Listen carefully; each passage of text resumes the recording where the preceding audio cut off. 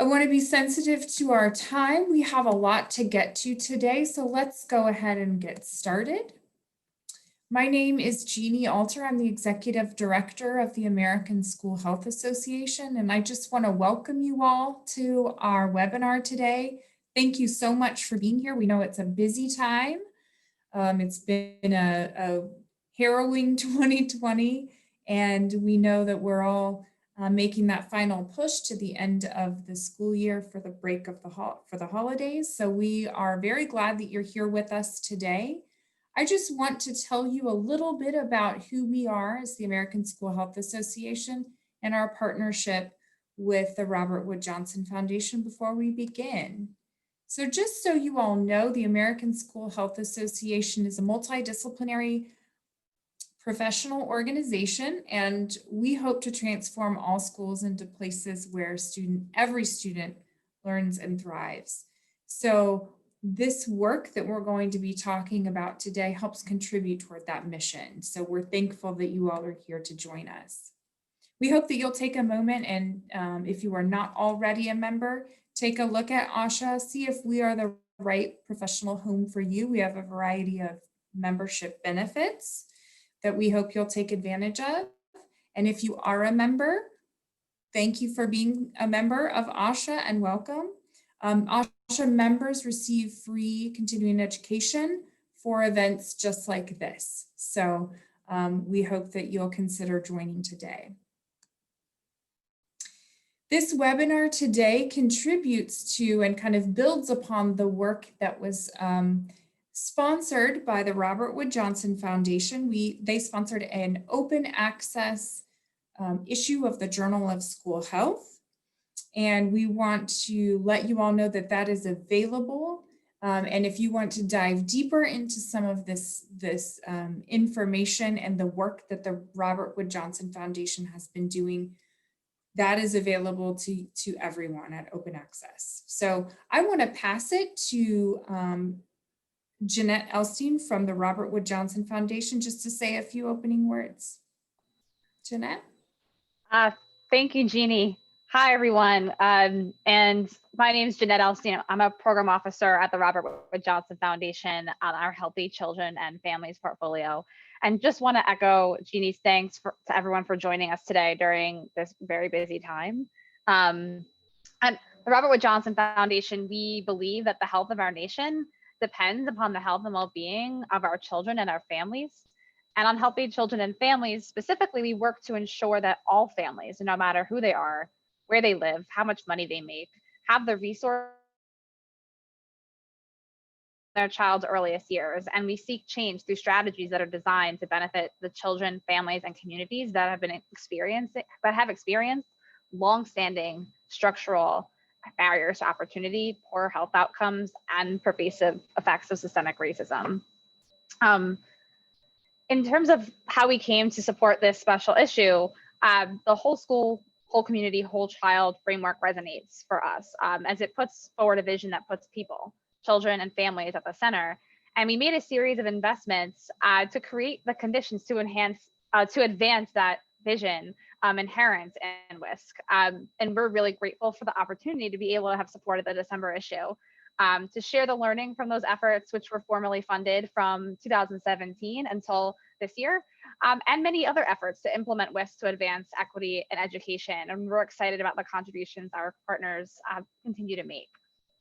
And thinking about today's webinar, how our children are learning during the pandemic looks entirely different from when WSCC, when this research and the special issue were conceived. And however, what children need for healthy development has not changed. And so learning is happening in all different forms and settings, often not within physical walls of a school building. And yet school closures, efforts to reopen, and a lot of the uncertainty around the course of the pandemic really have just shown how vital schools are to providing structure and supports for children, parents, school staff, the broader community. And families are struggling to balance schooling, caregiving responsibilities, work right now. And it has the potential to have major impacts on progress that we've made towards gender equity that will go beyond the immediate aftermath. of the pandemic. And COVID-19 and the related economic crises have really put into stark view the historical and structural inequities in education opportunities that were in place long before this happened. The way our educational institutions have been resourced has been uneven, and districts have had inequitable opportunities to provide a WISC experience. And this has been exacerbated at this time. Communities that have been historically and then structurally furthest from opportunity, including communities of color, communities with low-income families, have been disproportionately impacted by the COVID-19 and budget crises. And so that's why this conversation today just feels so vitally important. I am eager to learn from our speakers today and this conversation about how WISC can help us address the structural inequities in education, put people at the center, including what it means to engage students and families authentically. And also what our panelists and participants all here today have learned, adapting to these rapidly evolving circumstances and how our children learn. So with that, I just want to thank ASHA and the Journal of School Health for the opportunity to support this special issue and to build on it today with this webinar. And thanks to our moderators and our speakers, and thanks to everyone who is here today. With that, I will turn it over to our moderator, Nora Howley. Good afternoon, everybody. On behalf of my guest editor, co-guest editor, Howley Hunt, and myself, thank you so much for joining us today. And let me, like others, extend my thanks to the Robert Wood Johnson Foundation, to ASHA, and of course, to the authors. As Jeanette said, a lot has changed for schools and communities since this special issue was just a gleam in a few eyes. But two things haven't changed. The first is that for every school to be healthy, we absolutely must consider equity head on. We cannot avoid it. But what has also not changed is while there are many issues that transcend location, schools are very local institutions. Context matters. And at times during this, we're going to ask you to reflect on your context because it will be different than any of ours. For this first of two webinars to support the special issue, we've invited three of the authors to take part in a discussion that draws on their articles, explores what has been happening in the nation's schools since March, and looks ahead to what can happen and what should happen. Rather than have the authors merely present their papers, we framed a discussion that is rooted in the work that they did and the work that they do. We've built in some opportunities for you to participate through polls and the chat feature. Some of you submitted questions ahead of time, and we've tried to weave those into the presentations, and we will hopefully have some more time for questions at the very end. So let me start by introducing our three authors. Linda Sprague Martinez is an associate professor in the School of Social Work, Boston University, and is one of the authors of From Consultation to Shared Decision-Making, Youth Engagement Strategies for Promoting School and Community Wellbeing. Nico Connolly is a director and Every School Healthy, Creating Local Impact Through National Efforts. And Sue Baldwin is currently the supervisor of health and physical education in the Buffalo Public School System and is the co-author of Every School Healthy, an Urban Case Study. And so without further ado, I'm going to start the conversation off. So I want to start by asking each of our presenters to share an issue that they see as a priority at this time for healthy schools and why. And then also to reflect on how they have seen this play out during the pandemic period. And I'm going to ask Linda to start this part of the conversation. Sure. Thanks so much, Nora, and thanks for having me today. I'd also like to thank RWJ for sponsoring the special issue and the work. For me, you may have guessed it just by the title of our paper, that a priority for me is, in the work that I do, is really around youth engagement and youth participation and making sure that we can have young people at the center of decision making, and particularly young people who are most impacted. And I think that COVID has clearly posed a number of challenges to that in terms of the ways that we traditionally engage young people, and the opportunities that we're able to provide for young people as well as families to become engaged. And I think also one of the challenges with COVID is that we are all like responding to this constant crisis of situations changing, having the resources and infrastructure to engage young people, to engage families. And so our normal operation would be just to kind of go back to business as usual, which doesn't always involve engagement in decision making for young people, and it doesn't always involve prioritizing areas that young people want to focus on. And so I think being really intentional in the context of COVID to think about how can we engage young people in decision making is important. And I can give a couple of examples. I was actually on a call earlier today looking at student satisfaction with remote learning.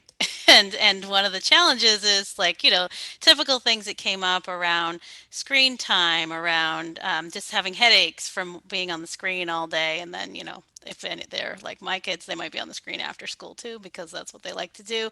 But how do we address, and young people sometimes feeling disconnected, but it's never, whether you're working with a K to 6 audience or you're working with a 7 to 12 audience, there's always space to kind of start out the day with how is learning going for you? How can we adapt our system? What would you like to see? And that's for those who are engaged. And then there's always outreach for folks who are having a harder time connecting and engaging. And so I'm always encouraging folks that I'm working with to think about, where is there space in your curriculum right now? Where is there space in your programming to kind of stop with trying to get the content, because we do feel pressured to get the content to young people, but to really kind of stop and say, well, what about the experience? How can we think about making this more effective? What would you like to see happen in the classroom?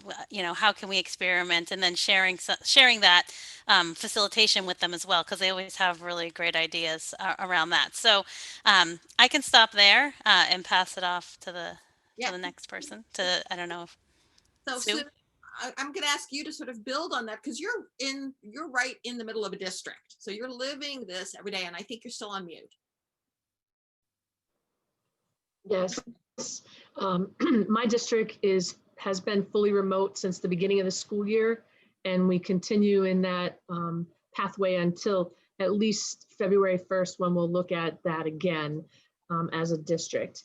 So we've had, and I'll really focus on the great work that we're trying to address things through an equity lens, but also with the Black Lives Matter part of the pandemic, or the dual pandemic, and then the tri-pandemic piece of economic issues in our community. So, we started off with having childcare issues.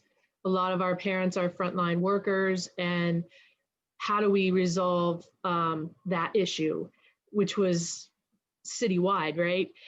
So with our partnership with Say Yes, and this is all through the WISC model, which you see behind me, we had a current partnership with Say Yes, and they created virtual hubs where students can come around the city, many of them, and they're working on their schoolwork while their parents are at work.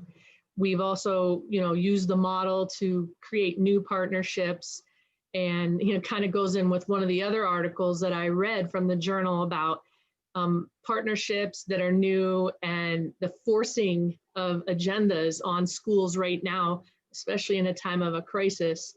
Yes, they want us to meet their agendas, but the forcing of things can become complicated.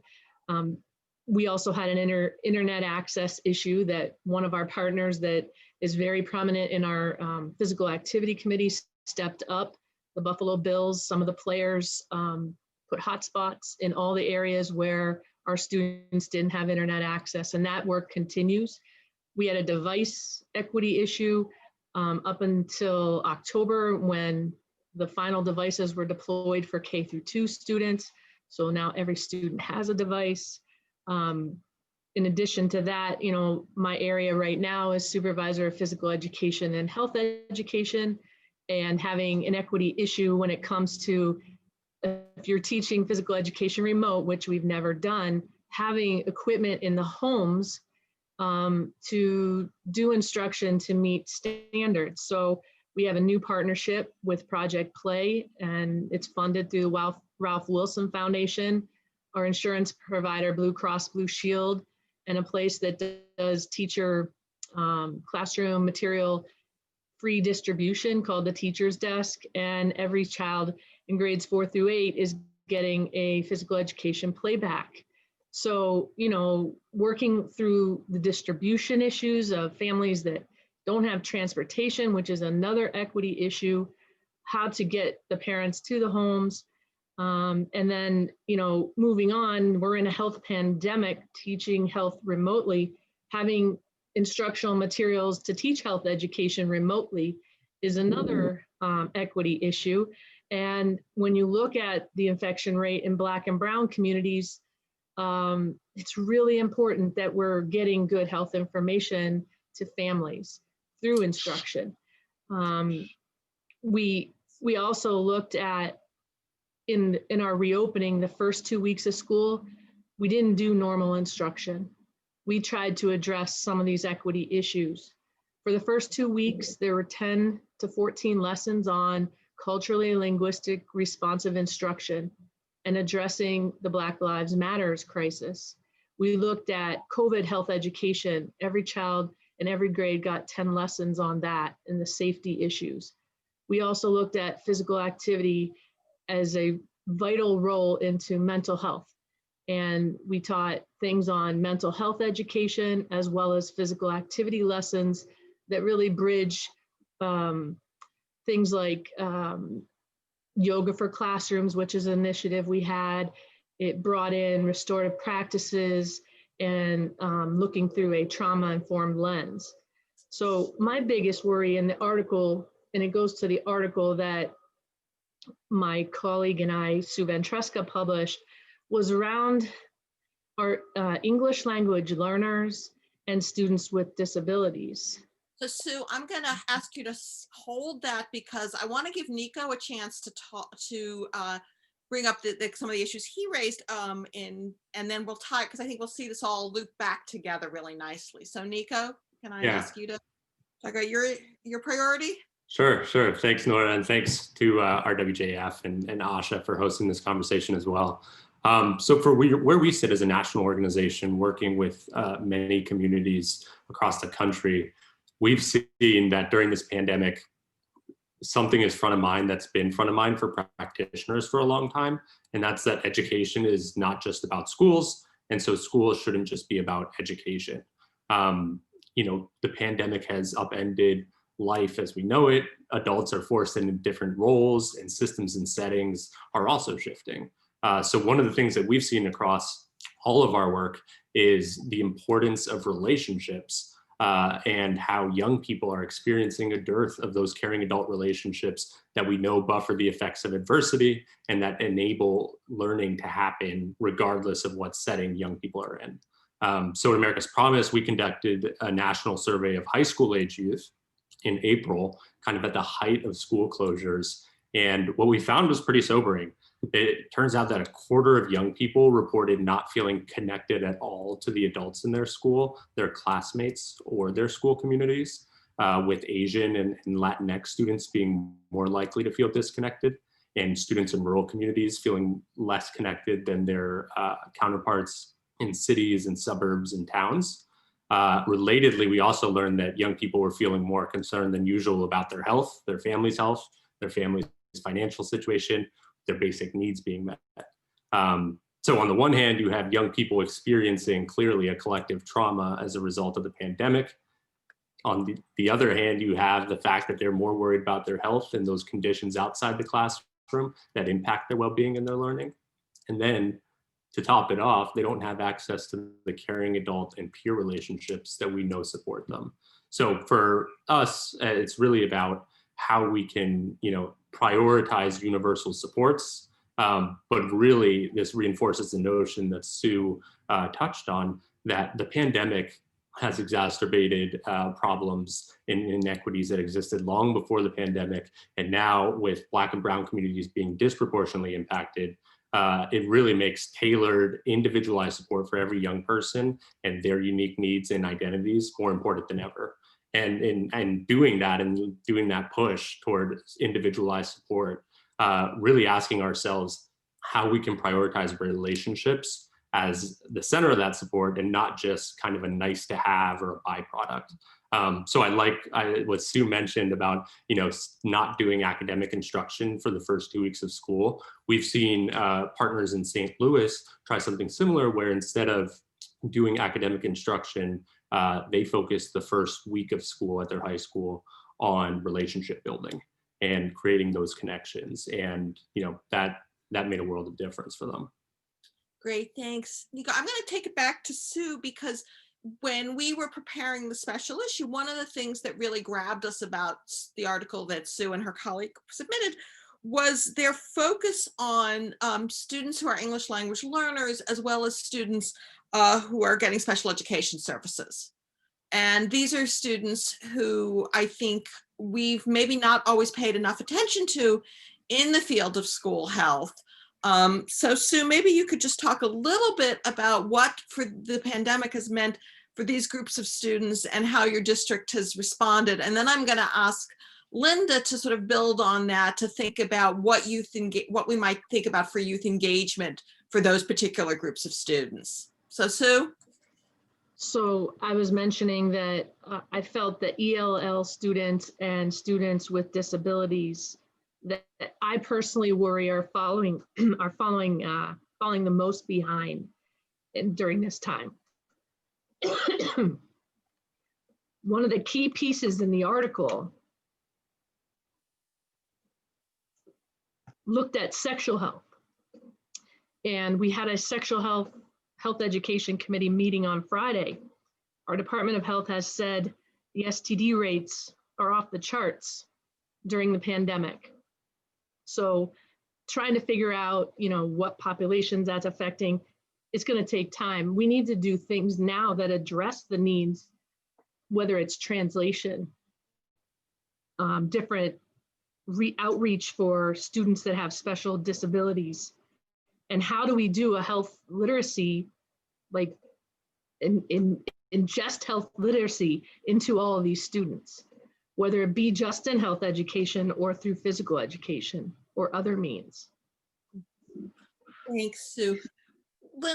Linda, what are your thoughts around sort of this idea of sort of how do we support these two particular groups of students and their families with youth engagement activities? Yeah, I think that some of the best places to start are with community partnerships. In most communities, there are grassroots organizations, whether they're faith-based organizations, whether they're social service organizations, or community-based organizations.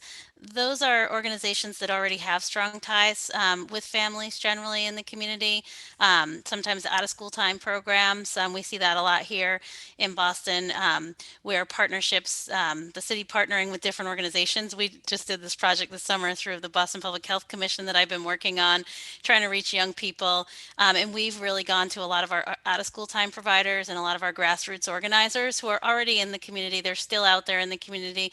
Many of them are providing COVID relief to families already. And so working with them and through partnerships, we're able to reach young people in a different way and through a different venue. So I think to Nico's point around relationships, when we work through community partnerships, we can often form a different kind of relationship with a family where, they're used to being maybe called into the school, but when we're working in partnership with out of school time providers, they have a very different relationship with families oftentimes. And so working through those existing assets and communities is a good place to start in terms of reaching folks. Great, thanks. So Nico, I'm going to bring it back to you again. And again, kind of keeping our focus for a few minutes on these two particular groups of students. Obviously they're different, although there's going to be overlap. But, I think often students with special educational needs really, they're not the ones who get picked for the committees, and they're not the ones who necessarily we gravitate towards as thinking of them as the youth leaders. Any thoughts from you or from any of the America's Promise partners on how students with special educational needs from mild to severe are really brought to the table of youth leadership? Yeah, I think in looking and answering that question, you're really getting into what is good practice for authentic youth engagement generally. And by, designing strategies and infrastructure to engage young people and designing them in a way where students who might not be, ready for, leadership and speaking to their city council, but bringing their perspective and insights in can be powerful. And I think one of the things we've learned from supporting youth engagement in communities is really around the importance of making time and putting in the time up front.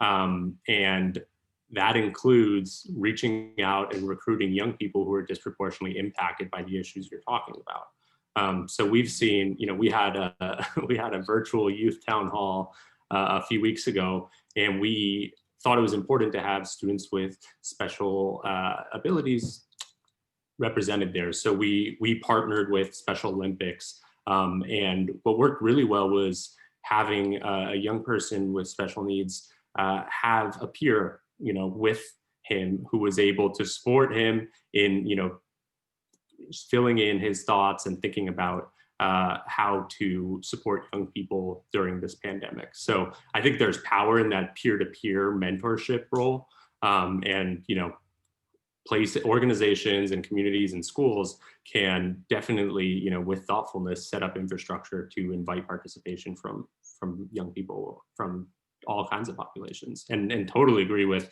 on the ELL point on community partnerships for reaching ELL students and even young people whose families don't speak English and they may. We've seen, community partners really bring those families into the fold of the district's social fabric during the pandemic. And then that one quick point, Nora, on Nico's point around young people with learning differences is when you ask young people, I remember when Nico and I were doing a project, the Every School Healthy, working with some of our partners in Staten Island, we had a group of young people, and when we were doing the training for the young people, they were trying to get messages out, and we were like, we were talking with them about kind of thinking about within the school, how would you make sure that everyone got the message? If you ask young people, they know. They can think about the different segments in the school, different groups, and they're really savvy in terms of thinking about who's most marginalized. Because when we can make things work for populations that are most marginalized, they're generally going to work for everyone. And so when you ask them, they're able to reach populations and bring them to the table in a way that we're not always able to as adults. And so I've really appreciated learning from young people how to do that. Okay, great. I might add one thing. It's also important when you talk about student engagement to ensure that you meet students and parents, because parent engagement is critical too, where they are, whether that our parent engagement committee and offices, they've grown during the pandemic. It's a great positive outcome. More parents are engaged through our parent congress, and they're linked to online things and things happening. They're getting training in technology and different things to meet the parent gap in technology. But it's really important to meet them where they are. And going back to the article, we have a group, it's Parent Congress, but we have a Special Education Parent Advisory Committee, which is CPAC, SEPAC. And that is who we should be going to when we ask those questions. They've partnered with the Parent Network, which is a community partner, and we're seeing more things happening because that's the way to go through that group. So if you have those kinds of groups, or if that's something that you think you could form through your whole child model, we encourage you to do that, because not only do you get parent engagement, but student engagement falls in that area too. In our article for the sexual health piece, you can really see that all of the community partners we have student groups that have advised them. They don't do anything without the student voice. Great. Well, thank you, everybody. This has been a really nice way to move into this discussion. And before I turn to our next question, I'm just going to ask our participants, if you have an issue that you think is front and center for your context, we'd love to have you put it into the chat. We'll try to come back to those. I saw that Caitlin also reminded you that you can put questions in there, and we will come to questions at the end. I'm going to turn now to the WSC framework more explicitly. although we have clearly already referenced it. And I realized as I was listening to these presenters that, you know, when we look at the WSC framework, it is, we have community engagement, we have family engagement, but maybe we have a missing piece too, which is youth engagement. And the next part of this conversation is we're actually going to come back to youth engagement and dig a little deeper. But in the meantime, I wanted to ask each of the participants if they could just reflect a little bit on how the framework overall can support our efforts to address inequities in education and health. And I think maybe I'm going to start this time with Nico. All right, sounds good. So the WSC framework, I feel like we've talked, around it so much already, making our way around Steve's background there. It's really a collaborative approach to improve child well-being, right? And it calls for coordination across these different domains, and all in the interest of providing individualized support with youth at the center, which could imply youth engagement, but using a whole child lens to really focus on the different contexts that young people navigate, and to ensure that services and experiences are aligned to their strength so that they can thrive and learn, is the ultimate end that WSC is a tool to get to. But in terms of supporting equity, and I know Linda will talk about this too, as a district or as a school or as an organization, you really have to start with a commitment to equity first, and not just a passive commitment, but an active pursuit of anti-racist policies and practice. And then WSC can really be a tool for how you get to that vision of being more anti-racist in your practices and policies as a district. So when I'm looking at the WSC framework, one of my favorite parts is the community that wraps around it, right? And I think during the pandemic, we saw the role that community partners played in addressing some of the inequities that were exacerbated, right? Community organizations, community partners, school-based health centers, all of these different folks involved with the fabric of the school district and its social network, they were all forced to do things they'd never done before. Out of school time providers were, trying to reach families that the school district had no way of getting in touch with. They were feeding families in new ways. And this is the kind of thing that makes WSC so compelling, right? Those hardest to reach students that are most marginalized can be accessed through partners who create this connective tissue. So I heard stories in Staten Island of, community organizations being that primary way of sharing information between the district and parents who are relying on the district to feed their families. So that's really how I see WSC helping to, further equity in schools. Great. Linda, and then I'm going to take it over to Sue after that. Okay, great. Everything that Nico said.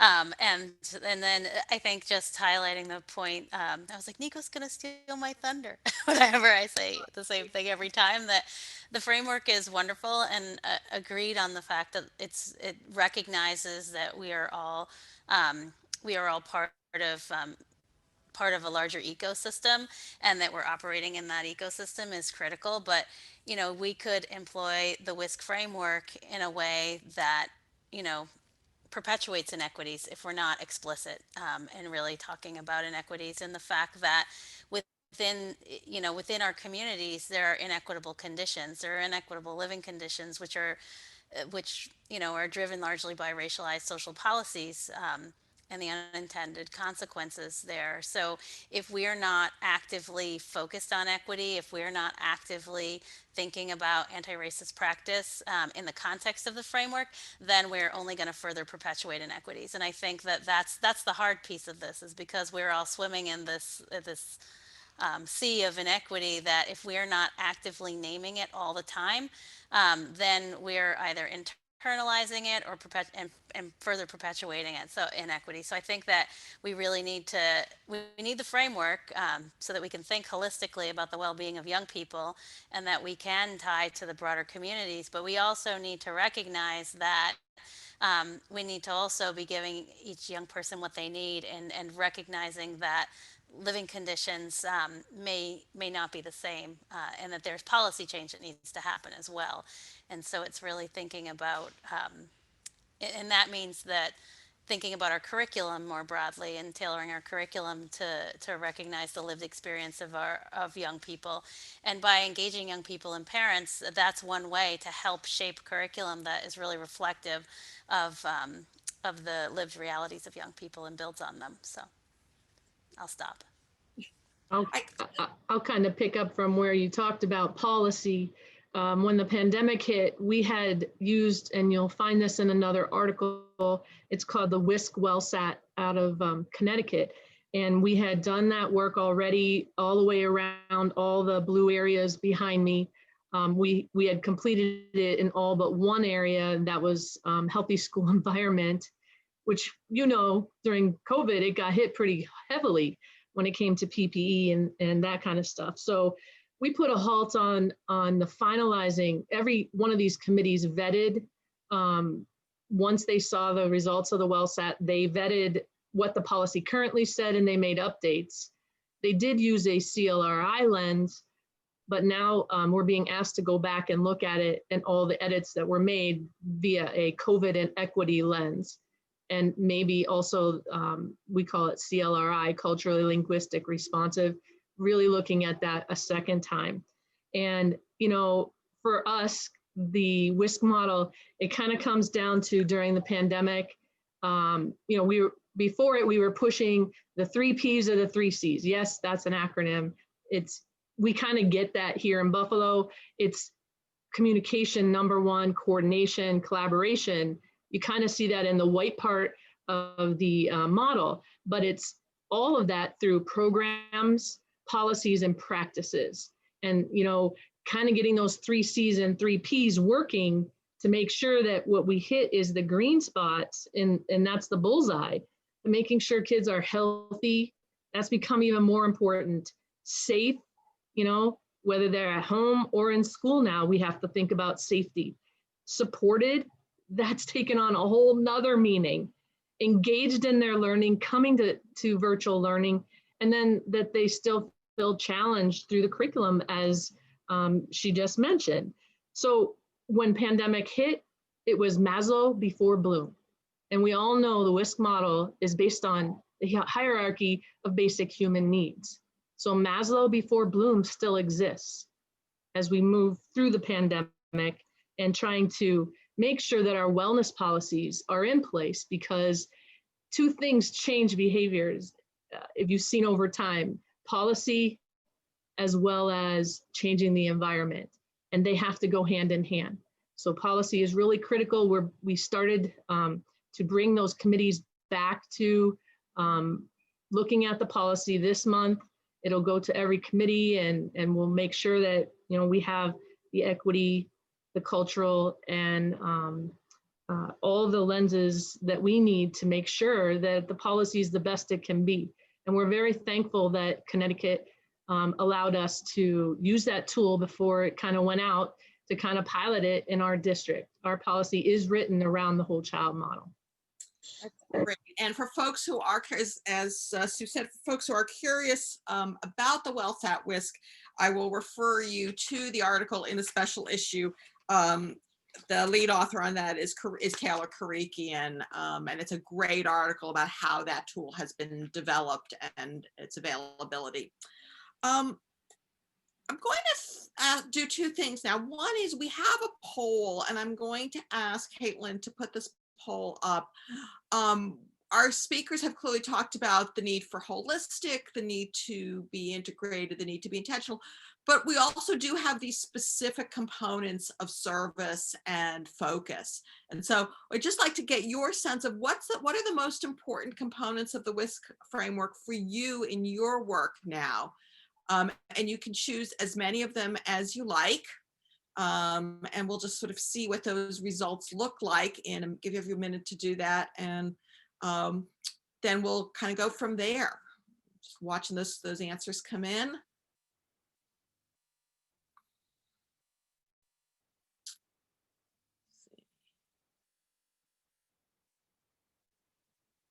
I love watching this stuff in real time. It's so cool. Nora, I feel like you have to do the John King electoral mapping. Explain to us what's going on here. So, all right now, social emotional climate is taking the lead. Health services is up there. Let's see what else is doing well. Looks like family engagement might be running away with it. In fact, I can't see family. So, employee wellness is still holding its own at 39%. We've got a few more people who need to vote. Health services is right at is right up there. Counseling, social emotional school climate's at 62. Hate to say it, Sue, phys ed's only at 6%. I know that feeling. Let's see what else is coming in. But think about the links to mental health and how important it really is. All right, so I think we've got 76% of you have actually voted. And if you figure that we're not voting. So Caitlin, why don't we close that poll out? And I'm gonna share the results. So looks like social emotional school climate is right up there, followed by health services. I can't see how do I scroll down on this thing? Family engagement's at 57%. Okay. Yeah. All right. Well, thank you so much to everybody. So no big surprises here. But I do want to actually, before we turn to youth engagement and maybe thinking a little bit more about the whole family piece too, I do want to talk about health services for a moment. It got a lot of votes, but we also had a bunch of questions ahead of time about the role of health services. And so what I'm going to do, some of the questions that were raised ahead of time around health services had to do with things like, what's the role of school nurses? What about telehealth? What can school-based health centers do? And so I'm just wondering if any of the participants have examples from their work or things that they would like to share about what some of the health services work. So anybody want to just jump in first? I could share a little bit about telehealth. Sure. And not in detail. I think that one of the things that we've seen with telehealth is that it's increased access in some ways for folks, but certainly not for everyone. And that not everyone has access to telehealth depending on their broadband, so there are some challenges and gaps, but in some ways we've seen a benefit in terms of folks coming to community health centers like reduce no-shows because people are able to, because a lot of they're able to attend because it's more convenient than having to if you had transportation barriers first. So I think that there are a lot of things we're learning from telehealth that if we can keep it in place in the future, will help folks access services, but we need to think about how to make it more broadly available. I don't know. Yeah, many of our students who were receiving telemental health are continuing to receive those services. And actually it's brought more people to the table, I'm hearing, with regard to telemental health with our community partnerships. One of the other pieces is just making sure that not only do we have, like in our health services committee, physicians and doctors, but that we really are encouraged to have parents and students on these committees as well. Great. It's a really great point in the chat. Sorry, I was just going to say that Stephanie was sharing that school nurses in Iowa are partnering with public health practitioners to do the contact tracing, and so there's some benefits there. Yeah, I was going to say that I think school nurses, from what I understand, are doing what they do best, which is adapting and filling gaps of what students need and what adults need, frankly, in school staff. From what I've heard, it's tough because aside from doing things like contact tracing and doing healthcare delivery, I also just think so much about the role that school nurses play in supporting mental health, in like behavioral healthcare, but also informally, right? Like how many, at least for my experience in high school, going to the nurse was like a safe haven. There was only one nurse for hundreds of kids, but it was often just a place to talk about things without fear of judgment and receiving relevant health education. So I've heard about, nurses feeling frustrated about not being able to have those kind of informal supports for students, but making an effort to try to host virtual meetings with young people, doing proactive outreach, because young people aren't reaching out as much to them, given the constraints of the virtual environment. But also popping in on teachers and classes that are happening virtually. And that's all in addition to, informing back to school policies and practice and driving home the importance of PPE. So I think nurses are heroic and have been playing a huge role, not just on healthcare delivery, but also on, my point in the beginning around relationships. And I think with that, though, Nico, is that they're also this really wonderful bridge to families, because so many Mm. families have a connection with the school nurse, but they might not have the same connection with the school overall. So they're that link. I remember when I worked in public schools, there was always a line at the nurse's office, like families checking in the morning. And the Mhm. nurse always just had this wonderful relationship with families. And sometimes when teachers needed to reach a student, they would go to the nurse because she would have a relationship with the parent, and I think it also provided continuity across siblings as well, because and across years. So I think there's some really great comments in the chat. I was about to say, people notice talking about one, how many places don't have a school nurse. And that continues obviously to be a huge challenge. Sue talking about some of the things that the nurses in Buffalo are able to do. And they're really lucky in Buffalo to have one full-time nurse in every school. And,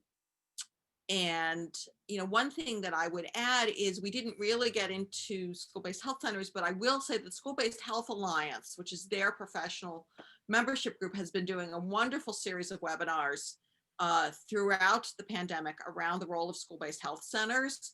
And if anybody is interested, that's probably one of the best places to go find out more about what school-based health centers have been able to do in bridging that primary care gap. I also know from some work I'm doing on another project that school nurses and the staff that they supervise, the health room clerks, the LPNs, have been really critical in helping to make some of things like meal distribution and device distribution happen safely. So making sure people understand what the safety protocols are, all of those things that have kept the districts moving. I think we're going to move now back to the question of youth engagement. I want to maybe shape the question in two ways. Because we started to talk about some of the opportunities for sort of really authentic youth engagement, but also tying that to families and the importance of connecting to families. So I'm going to lead off with Linda, because we talk a lot about this thing called authentic youth engagement. But maybe you could give us a few words on what does that really mean, as opposed to just being a nice phrase to toss off and sound like we're really cool. Yeah. You mean like we're kind of just tokenizing young people, putting them on the front page, but not really soliciting their opinions. We're just throwing the phrase authentic youth engagement around. Yeah, we all love that word authentic. What does that mean? Right. I think it gets down to the point that Nico made earlier around the relationship. It's really how do we rethink our relationship with young people? A lot of us talk a lot about this whole idea of how education happens in the Western world, where you have kind of the expert, teacher, and the students are there to take in knowledge. That's what Paulo Freire calls that banking system of education. Sorry, I won't go down my Freire rabbit hole today, but I think it's important to recognize that we do have this system where we have expert learner, and really we're all learners in the classroom. And so it's really reframing our thinking so that knowing that I have as much to learn from a young person as I have to teach, and kind of changing the nature of the relationship, and really sitting down and listening and hearing what young people have to say. So it's sometimes we as adults will ask a question, but we might not really want to know the answer, or it might not. If we're asking a question, we need to be thinking, well, how am I going to take the response, and then how am I going to integrate that? So if I'm asking for feedback on how can we rethink the process, our classroom structure given the online, then I need to be ready to hear that from young people and ready to learn with them. And I think that the other challenge to the authentic youth engagement is that it requires us as adults to be vulnerable to some extent, which we're told not to do. Everything in our society tells us not to do that because we need to be experts. We need to know everything. We need to hold it together. And the reality is that we can't always hold it together. So what we need to be modeling is that, sometimes there are challenges and there's uncertainty and there's chaos. And we can't always have it all together. And that when that happens, I'm having a feeling and this is how I'm negotiating it. And being open to having those conversations with young people. Today I'm here, I'm using the Padlet. I don't know what that is. It might all crash. Does anyone in the class have an idea of how this works? They're just really opening it up to start to develop that reciprocal relationship with young people so that we're working in partnership. So I can stop there, let someone else chime in. So. Sure. Well, I think what I'm going to do is I'm actually going to have us do our youth engagement poll right now, and then maybe that will spark some more of our conversation on this topic. So, Caitlin, could you put up so youth engagement, youth participation, youth engagement, we thought of as a ladder. And so I just love for everybody to think about where is your school or your district or your initiative on this youth engagement ladder. Be honest.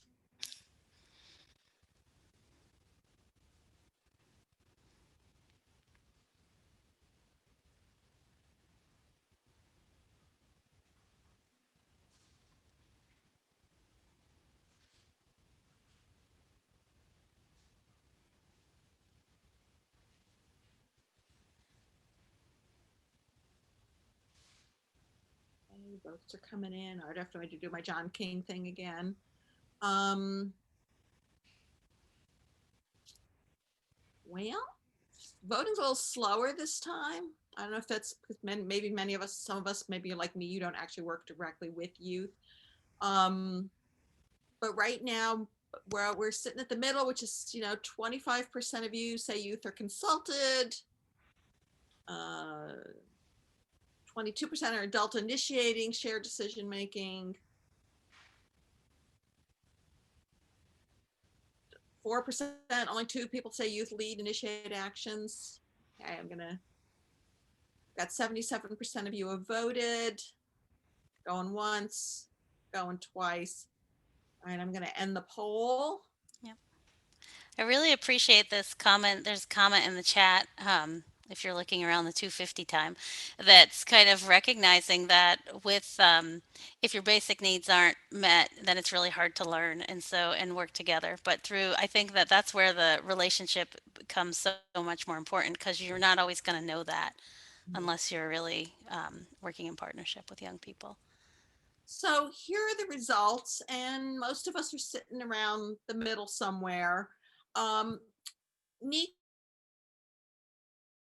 because America's Promise really, your work is really built around this idea. Yeah, absolutely. That young people are experts in their lived experience and should be regarded as such and compensated as any other expert, like the experts I'm with here today. I'll say that, it's not surprising. We use that ladder of youth participation across all of our work. And it's not surprising and it's not wrong if you're not at the highest levels of that ladder, right? And we saw this we supported 6 communities through the Every School Healthy work who are at all different points in that ladder. And our goal is meeting them where they're at so that they can, climb up the ladder if they want. And if they're not ready to, they stay where they are in the ladder. Because one of the things that can be even more harmful is trying to tell young people that, they have more power than they do, then they distrust, then, they don't want to be involved in the next opportunity to inform adult decision making.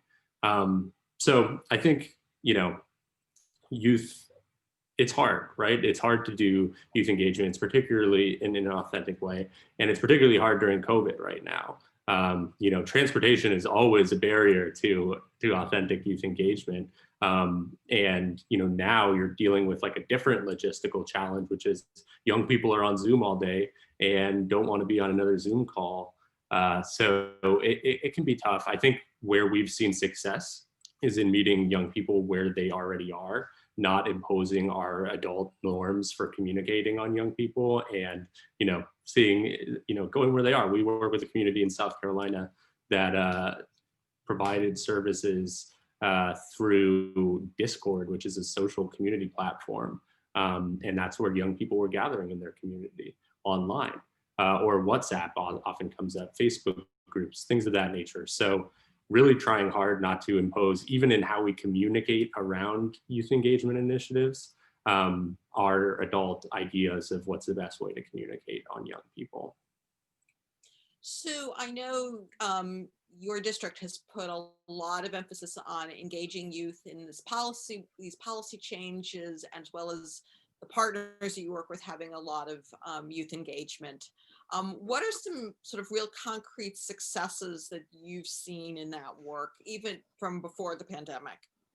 I would say most of the successes with youth engagement have been in the partnerships, not so much in the district. We got to do a better job. Hope Buffalo is one of our sexual health partners, but they've expanded to do tobacco and other initiatives. HYPE is one of the initiatives around, it used to be Robert Wood Johnson funded, and they continued through Cornell Cooperative Extension. And again, they're getting the voice through the community partnerships and bringing those to the table of the district.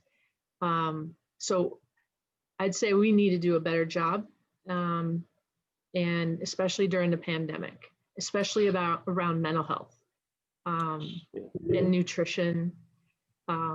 Those have been two critical areas that we tried to partner with UB School of Social Work to kind of come up with feedback from students. And unfortunately, I took a different position, but I'm hoping that someone will pick the ball up and continue that, whether it be from the partnership side or the district side, because I think it's so critical right now.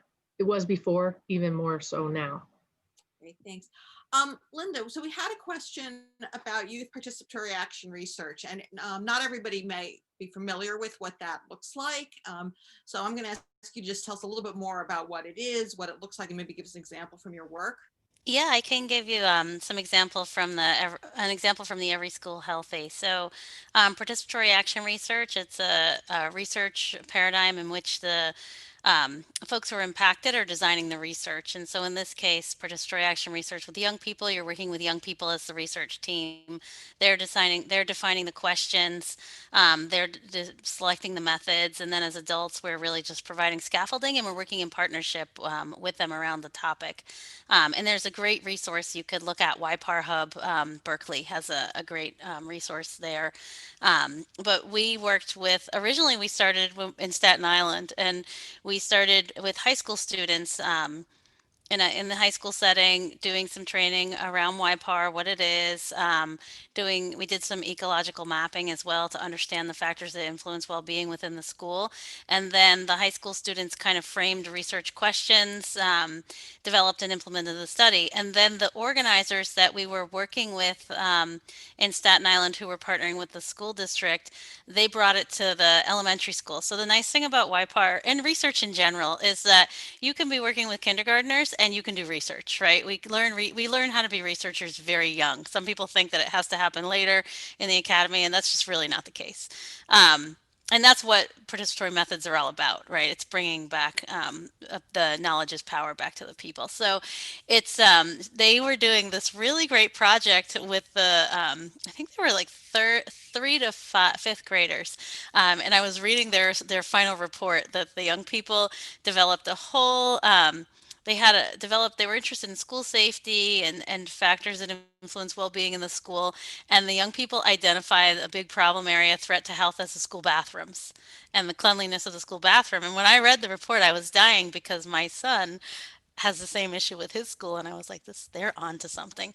And so they did this whole assessment where they went and they looked at the bathrooms. They captured kind of images through photo voice, which is visual ethnography, very powerful way to collect data. They talked to other young people, their peers. They interviewed about what they thought about the bathrooms, how they felt when they were in the bathrooms. And they put together this whole set of recommendations for school leadership around what needed to happen in the bathrooms and came up with a plan for their grade level on how they could feel better about the bathrooms. And so one small thing, huge change, huge implications for public health, right? But it was something that was completely designed and framed by young people in partnership with the adults in their school, but they were really leading the way, and they were able to create a change. So Yeah, and one important addition to what Linda just shared, which was awesome from the Staten Island example, not only did young people conduct all this research in a rigorous way, they were also in the high schools represented other young people on school wellness councils, which our friends in New York City are familiar with. It's a group of parents, students, staff, community members partnering with the school district, school administration to promote a healthy school community. So then you had, the follow through from the research, identifying the challenges, but then working on solutions in a way where you actually have some power if you're a young person. And I think that's a good model, just connecting it to Sue's point around sexual health and to the question around school-based health centers. In Jacksonville, we worked with the community where the school-based health center was responsible for building out the youth advisory component in the school. So what you had were, the young people that were part of that advisory group going into the school, doing trainings on STD awareness and testing, and then immediately bringing in those resources from the community health center into those kind of expertise and resources into those conversations. And you immediately saw, huge upticks in testing at the health center after young people were regarded as the messengers for connecting with their peers and sharing, health promoting practices. And you see that all the time with tricky issues. During the pandemic, we saw young people leading community mental health support groups for adults and young people, which is just extraordinarily powerful. I'll add that in Buffalo, we have whole child well-being teams in every school that have to have a parent and a student, if not just on the team, but as leaders of the team. And we can do a better job in doing that meaningful engagement, which is terminology used in our wellness policy on purpose, intentful, to make sure that we give them the skills so that they feel comfortable being leaders of those teams. And one other thing popped in my head, it had to do with health services. We heard the parents and the students right now about having our mobile mental health vans really start to engage and go around the community to locations. And I think, it's going to be critical moving forward with COVID and other remedies that are going to come about in the near future with COVID. So we use those to promote, we have a condom availability program. Obviously, kids can't get into the schools to get the condoms, so they go to our partners if they know about them. And we would like to kind of find a way to do that communication piece to make sure that families know, students know that the schedule of these mobile medical vans are going around, mobile vans. They're kind of like an RV, so to say, with nurses and medical people in staffing those mobile vans or units. Thanks. So Linda, I'm curious whether you would, because we've talked about youth engagement, we've talked about communities, we've talked about families, and to my mind, those are both distinct and inseparable. But would you consider the latter that we looked at for youth engagement a useful tool, or is there a similar tool that we might think about for engaging families? Because I think for years we've heard, how do we do it? What does it look like? What does it mean? There are a number of resources, and it's funny, I see in the chat a lot of talk about CBPR and YPAR. I was like, we should have a breakout session just on that. But yeah, there's a lot out there in terms of engagement in the community-based participatory research literature, CBPR. There's a whole spectrum of engagement that you can look at that's applicable for families, everything from involvement to endorsements to authentic engagement, and they mirror the latter. They just are framed a little differently. But there's a spectrum of how we partner with folks, and so ideally we want to get to the meaningful end where we're co-creating in a partnership. But I think it's also important to recognize that it takes time to get there, because oftentimes that trust can be low, and systems have also been a source of oppression for families and for communities as well. So thinking about how we go about partnering, we have to be intentional. We have to recognize what the barriers are. There was a question earlier on in the chat around how do we engage the families? I saw that, and there's a lot of different ways we can partner with families, and part of it is just changing the nature of our communication. I remember back in the day when I was a guidance counselor, again, I could pull out examples, but we were at a school I was at a Title I school that was very reactionary when I first got there. There was always a fire that needs to be put out, and over time we put in a comprehensive classroom guidance program, but it took a lot of work to where we started just really simple things, little things, like just calling people to say, hey, and we're just calling to check in today. And, the first response of a parent, I know I do this all the time. What's wrong? What happened? Nothing. I'm just calling you to let you know so-and-so had a great day. Simple things, right? Really easy things that just reaching out to families, meeting them where they're at, being at the door every morning. So if young people are being dropped off, if not, going to community events, getting involved in the communities, which can be hard, when you're if you're in the classroom and you're there all day. But I think it's important to kind of meet people where they're at, and putting some effort into that. So sometimes in different districts, it's harder to do this than others. But being able to flex your schedule to the extent to which you can be out in the evening, visiting, attending different events in the community, getting to know families, or doing, home visits too. And I know this all requires policies. I do work with community health workers too, and I know that every agency is different around their home visiting policies, but simple things like that. There are a lot of teachers that will go and they'll try over the summer before school starts to check in with families and say, do you want a home visit, or do you want to meet me at school, or what makes sense for the before school starts? I'd love to be able to check in with you. But there are little things that we can begin to do to build relationships with families. So Great. I'm going to put in a plug here for my personal favorite connecting group, which is your school support staff, your custodians, your bus drivers, your lunch staff, all of those folks, because they are actually more likely to be living in the district where they are working than their teacher colleagues are. And so if your district is starting to think about how to do those bridges, that's a group of people who know both worlds.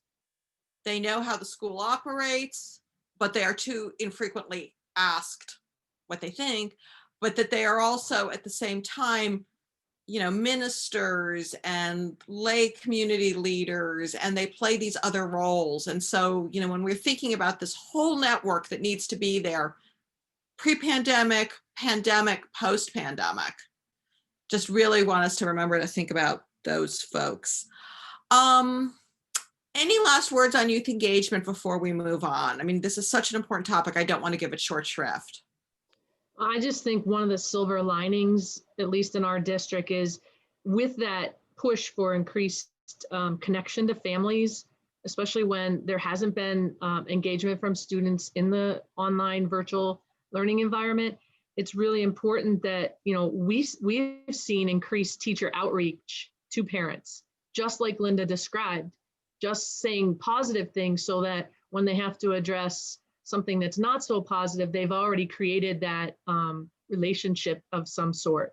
So I would say that's a silver lining, and I'm hoping that that can continue past the pandemic. And so with that, I'm going to take us into our last sort of small discussion, and then we'll move to Q&A.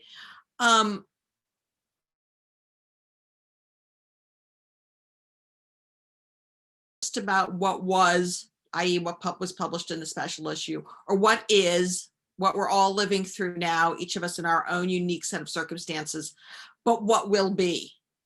What does this all mean for us going forward? And so I'm going to do two things. The first is to ask each of the presenters to share at least one thing that is a what's next for them in some aspect of the work they're doing for healthy schools. But then I'm also going to ask all of you who are joined us today to type in your what's next. What do you want to do going forward to create and to continue to foster these healthy school environments in the work that you do? So Sue, I'm going to start with you. What's your what's next? Health literacy. And that is through all the lenses I spoke of, from the cultural, linguistic piece to the equity piece to ensuring that we hear the voice of all parents and students that are willing to give their voice. And in my specific area of the WISC model, that's, you know, working with ELLs and students with disabilities and their parents to kind of come up with continue the tweaking of our sexual health education curriculum for those families and students, but also working through physical education, which also falls under me, to, you know, kind of work on the health literacy piece from that perspective. But I think it's so important to continue to build relationships, partnerships, and to meet families where they are, and for partners to understand we are in crisis and to help meet our needs and meet us where we are. Thank you. Linda, what's your what's next? I'm looking at my to-do list. So many things, Nora. I think that, well, right on the immediate forefront is continuing to partner with Nico and really thinking about school partnerships and what that looks like, and what are the factors that facilitate school community partnerships and youth engagement. And then also on the other side of things, one of my doctoral students has been working on this topic that is near and dear to me, and you brought it up earlier, is around the intersection between LEP families and then families with children with learning differences, and really thinking about how do we advocate for making sure that the needs of all students are met. That's a personal interest to me. I have two children with learning differences, and so for me, it's continuing to work on that and to make sure that schools are really able to meet young people where they're at, to provide them with appropriate education. So, especially in the pandemic. So, Nico, what about you? And for me, I mean, it's not on its face super school health related, but just centering youth voice and amplifying their message about what they want to see when they go back to school. And that is space for conversations around the impacts of race and racism inside and outside of schools, in all those settings. And I'm struck by the poll about which of these issues is most important to people in the audience, because social emotional climate came up as maybe the leading one, if not the second most.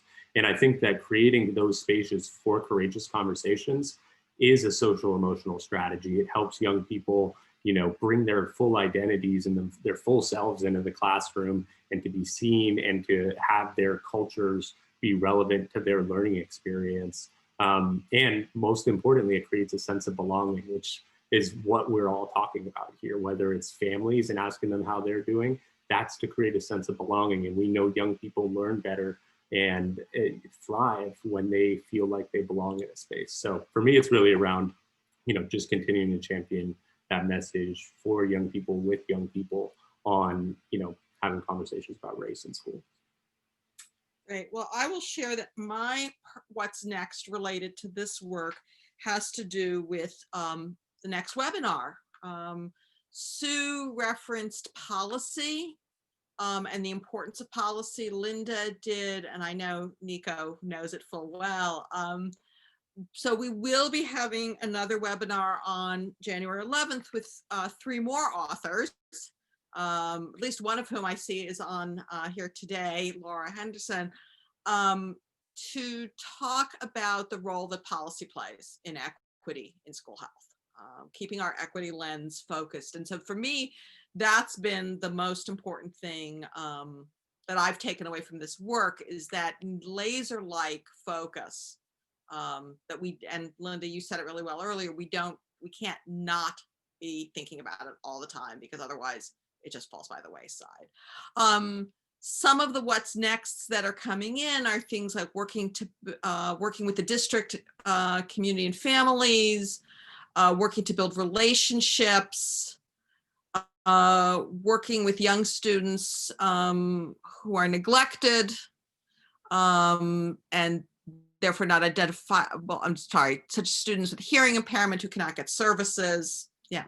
So I think there's a lot of commitment out there.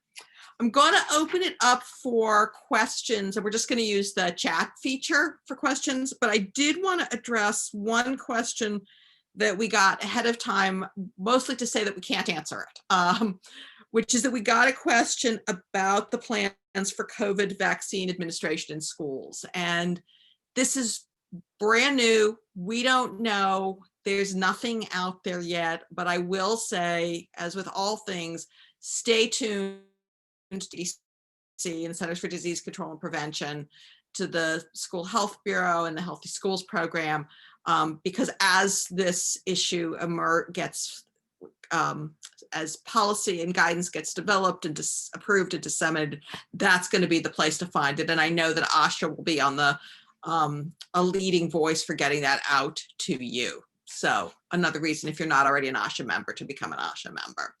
So are there any questions? I'm not seeing any yet, but maybe people aren't typing that fast yet. Just give anybody a minute.